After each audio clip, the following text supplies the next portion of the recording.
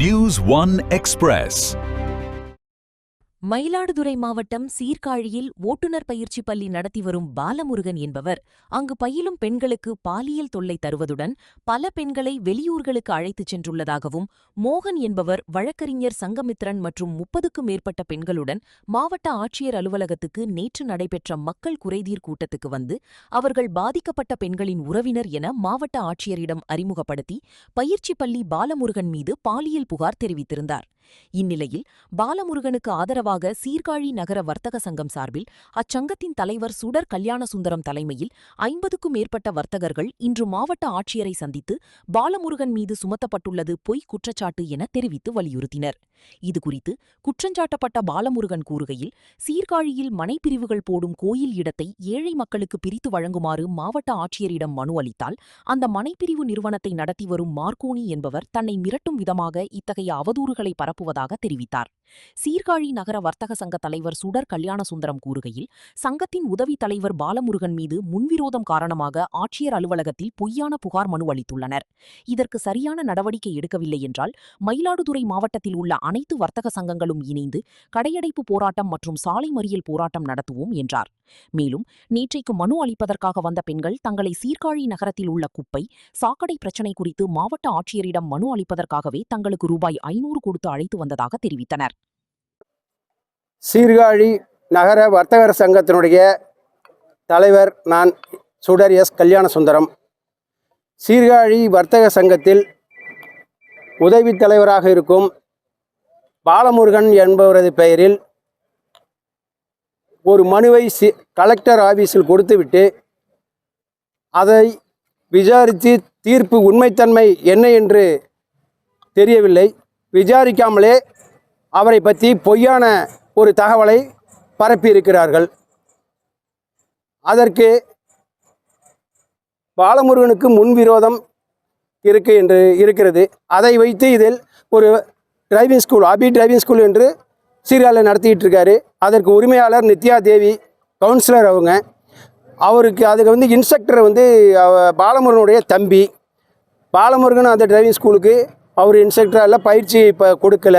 இருந்தாலும் பாலமுருகன் பயிற்சி பெற வரும் பெண்களை பாலியல் தொல்லை கொடுத்ததாகவும், மேலும் அதைவிட இன்னும் கேவலமாக போய் அங்கே உள்ள விஐபிகளுக்கு பெண்களை கூட்டி கொடுப்பதாக சொல்கிறார். அதாவது பெண்களை அனுப்பி அவர் தொழில் செய்வதாக ஒரு புகாரை தெரிவித்திருக்கிறார்கள். ஒரு மோகன் என்பவரும் வக்கீல் சங்கமித்திரன் என்பவரும் 2 பேரும் இந்த பேட்டியை கொடுத்துருக்காங்க. இதை எந்த வகையில் கொடுத்துருக்காங்கன்னு தெரியல. ஒரு பெட்டிஷன் கொடுத்தா பார்ட்டி கொடுக்கணும், யார் பாதிக்கப்பட்டாங்களோ அவங்க கொடுக்கணும். மோகனும் சங்கமித்திரனும் கொடுக்குவதற்கு என்ன காரணம்? அவர்களுக்கு தூண்டுதல் யார்?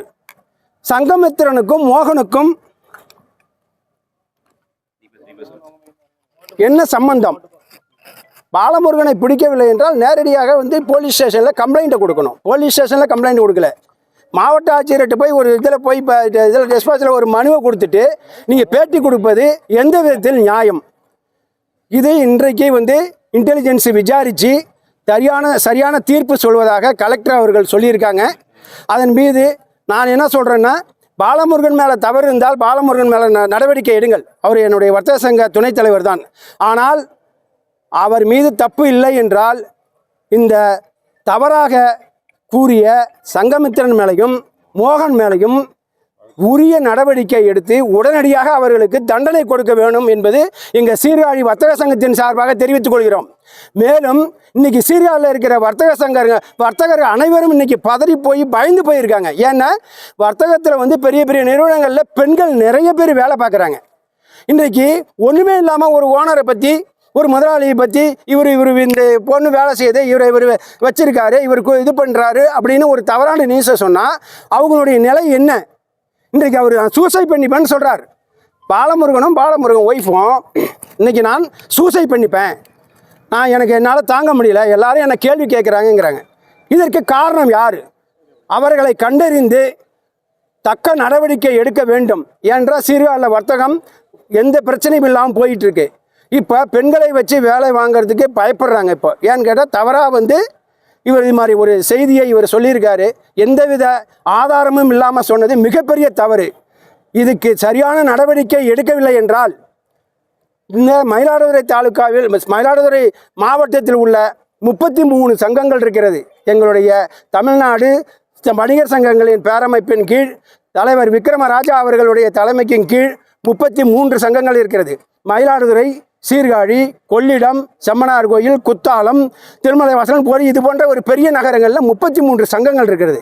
இந்த 33 சங்கங்களும் எங்களது தலைவர் விக்ரமராஜா அவர்களுடைய அனுமதியோட, அவருடைய சப்போர்ட்டோட, மேலும் மாவட்ட தலைவர் ஏடிஎஸ் அவர்கள் நவநீதம் அவர்களுடைய அனுமதியுடனும் அவருடைய ஒத்துழைப்போடும் மிகப்பெரிய கடையடைப்பு நடத்தி இந்த மாவட்ட லெவலில் கடையடைப்பை நடத்தி சாலை மறியல் செய்வோம் என்று இந்த நான் தெரிவித்துக் கொள்கிறேன். என் பேர் வந்து பாலமுருகங்க. எனக்கு வந்து சொந்த ஊர் சீர்காழி. என் மனைவி பேர் வந்து நித்யாதேவி. அவங்க வந்து நகரமன்ற உறுப்பினராக இருக்காங்க. அவங்க வந்து அபி டிரைவிங் ஸ்கூலுங்கிற பேரில் ஒரு நிறுவனத்தை நடத்தி வராங்க. இப்போ ஒரு 4 நாளைக்கு முன்னாடி பார்த்தீங்கன்னா என் பேரில் ஒரு தனிநபர் மோகன் தனிநபர் வந்து நாங்கள் வந்து என் மனைவி நடத்துகிற டிரைவிங் ஸ்கூலில் பாலியல் ரீதியாக பெண்களை துன்புறுத்துறதாகவும் அவங்கள வந்து வெளிநபர்களுக்கு இது சப்ளை பண்ணுறதாகவும் ஒரு பொய்யான ஆதாரம் இல்லாத குற்றச்சாட்டை கூறியிருந்தாங்க. அது இல்லாமல் நேற்று ஒரு பேட்டி கொடுக்கும்போது பாதிக்கப்பட்ட பெண்களோட உறவினர்னு சொல்லி இந்த பின்னாடி இருக்கிறவங்கள பணம் கொடுத்து கூட்டிகிட்டு வந்து சொல்லியிருக்காங்க. நீங்கள் வேணாலும் அவங்க எதுக்கு வந்திருக்காங்க என்னன்னு கேட்டுங்க. பேட்டி கொடுத்தது யாருன்னா சீர்காழியில் இந்த கோயில் இடத்தெல்லாம் இது மனைப்பிரிவாக போடுறாங்க. அதை வந்து நான் வந்து கலெக்டர் சார்கிட்ட மனுவாக கொடுத்து அந்த இடத்த வந்து ஏழை எளிய மக்களுக்கு பிரித்து கொடுங்க அப்படின்னு கேட்டேன். அது ஆக்சுவலாக வந்து கலெக்டர் சார் வந்து அதை பார்த்துட்டு நகராட்சி ஆணையர் மூலயமா ஒரு ஸ்டாப்பேஜ் நோட்டீஸ் கொடுத்தாங்க. அதுலேருந்து என்னை மிரட்டுற விதமாக இந்த லேண்ட்கேர் டெவலப்மெண்ட் அப்படின்னு சொல்லிட்டு ஒரு நிறுவனத்தை வந்து மார்கோனிங்கிறவர் வச்சுருக்காரு. அவர்கிட்ட வேலை செய்கிறவர் மோகன் அவர் வந்து என் மேலே தவறான அவதூறான குற்றச்சாட்டை கூறியிருக்காரு. அது சம்மந்தமாக நாங்கள் மாவட்ட ஆட்சித்தலைவரை பார்த்துட்டு எங்களை முறையீடுக்காக வந்தோம். அவரும் இப்போ என்ன சொன்னார், நாங்கள் 3 இன்டெலிஜென்ஸை வச்சு விசாரித்ததில் உங்கள் மேலே எந்தவித குற்றச்சாட்டும் கிடையாது, இது பொய் கம்ப்ளைண்ட்டு, நீங்கள் மேற்கொண்டு மாவட்ட காவல் கண்காணிப்பாளரை பார்த்து உங்களை எதை சொல்லுங்கள், பெட்டிஷன் கொடுங்க, நான் ஆக்ஷன் எடுக்க சொல்கிறேன் அப்படின்னு சொல்கிறாங்க. பெட்டிஷன் கொடுத்தவங்க யார் தெரியுங்கன்னா தருமபுர ஆதீனத்தோட ஒரிஜினல் வீடியோ இருக்குது, அவர் சம்மந்தப்பட்ட பாலியல் வீடியோ இருக்குன்னு சொன்ன சங்கமித்திரனும் சாமிக்கு ஒரு துணையாக இன்றைக்கி இருக்கிற இந்த லேண்ட்கேர் டெவலப்மெண்ட்னு ஒருத்தர் வச்சுருக்காரு இல்லையா, சாமிக்கு துணையாக இருக்கார். அவரு கூட வந்து கொடுக்குறாரு. அப்போனா இவங்க 2 பேருக்கும் என்ன தொடர்புன்னு நான் உங்கள்கிட்ட கேட்குறேன். அப்போ சாமியே வந்து இவங்க த்ரெட்டன் பண்ணுறதுக்கு ரெடி பண்ணுறாங்க. ஒரு பக்கம் எதிர்ப்பாகவும் ஒரு பக்கம் நட்பாகவும் அவங்க இருக்காங்க. அதே இதில் வந்து என்ன த்ரெட்டன் பண்ணுற மாதிரி இந்த செய்தியை தொடர்ந்து செஞ்சுக்கிட்டே இருக்காங்க. இப்போ வந்து என் மேலே பாலியல் குற்றச்சாட்டு, என் தம்பி ஒய்ஃப் வந்து காரைமேடு சொசைட்டியில் வேலை பார்க்குறாங்க, அவங்க வந்து பெட்டிஷன் கொடுத்து அவங்கள வந்து வேலையை எடுக்கணும்னு சொல்கிறாங்க. சீர்காழி நகராட்சியில் என் சொந்தக்கார பொண்ணு வேலை பார்த்தது, அதுக்கு வந்து கல்வி தகுதி கிடையாது, அதை வந்து கவுன்சில் சொந்தக்காரங்க வச்சு வேலை பார்க்குறாங்கன்னு அவங்கள போய் வேலை எடுக்கணும்னு இது பண்ணுறாங்க. இதேமாரி தொடர்ந்து எனக்கு வந்து பார்த்திங்கன்னா அவங்களால மிகப்பெரிய அச்சுறுத்தல் ஏற்பட்டுருக்கு. எங்களோட உயிருக்கும் எந்த இதுவும் இல்லை, உயிருக்கும் உத்தரவாதம் இல்லாமல் இந்த சூழ்நிலையில் நாங்கள் இருக்கோம். அது சம்மந்தமாக தான் இருக்கோம். இப்போ அவங்க பார்த்தீங்கன்னா அவங்க ஹச்எஸில் இருக்காங்க, அவங்க வந்து மிரட்டுறாங்க. என்னால் போய் எங்களால் நாங்கள் சாதாரண மனுஷன், அதாவது நாங்கள் என்ன பண்ணுவோம், நகரமன்ற உறுப்பினர் மனைவி மக்களுக்காக போராடுறோம், அவ்வளோதான். சாதாரண மனுஷன் மக்களுக்காக போராடுற எங்களை வந்து பொது வழியில் வந்து முடக்கணுங்கிறதுக்காக என் மேலே பாலியல் குற்றச்சாட்டை சுமத்திருக்காங்க. இன்றைக்கி இது ஆதாரம் இல்லை, நாங்கள் விசாரித்தோம், நீங்கள் வந்து காவல் கண்காணிப்பட பாருன்னு சொல்லியிருக்காங்க.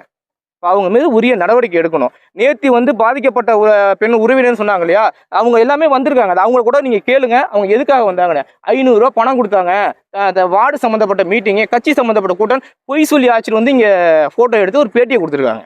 எங்களுக்கு தக்க நியாயம் கிடைக்கணுங்க. நான் என் மேலே தப்பு இருந்தது, என்ன முகாந்திரம் இருந்ததுன்னா அரசு நடக்கிற எல்லா நடவடிக்கையும் நான் ஒத்துழைக்கிறேங்க. யார் கூப்பிட்டா? நாங்கள் சொன்னோம், நாங்கள் வரமாட்டோம் சார் அப்படின்னு, நாங்கள் நல்லப்பா அப்படின்னு சொல்லிட்டோம் சார். சொன்னோன்னா அப்புறம் வீட்டில் வந்து எங்களுக்கு பிடிவாதமாக பண்ணி கூப்பிட்டாங்க சார். நான் வரவே மாட்டேன், வரமாட்டேன் அப்படின்னு சொன்னேன் சார். சொன்னோன்னே இல்லை நீங்கள் வாங்க. செய்திகளை உடனுக்குடன் தெரிந்து கொள்ள லைக் பண்ணுங்க, ஷேர் பண்ணுங்க, சப்ஸ்கிரைப் பண்ணுங்க, மறக்காம கமெண்ட் பண்ணுங்க.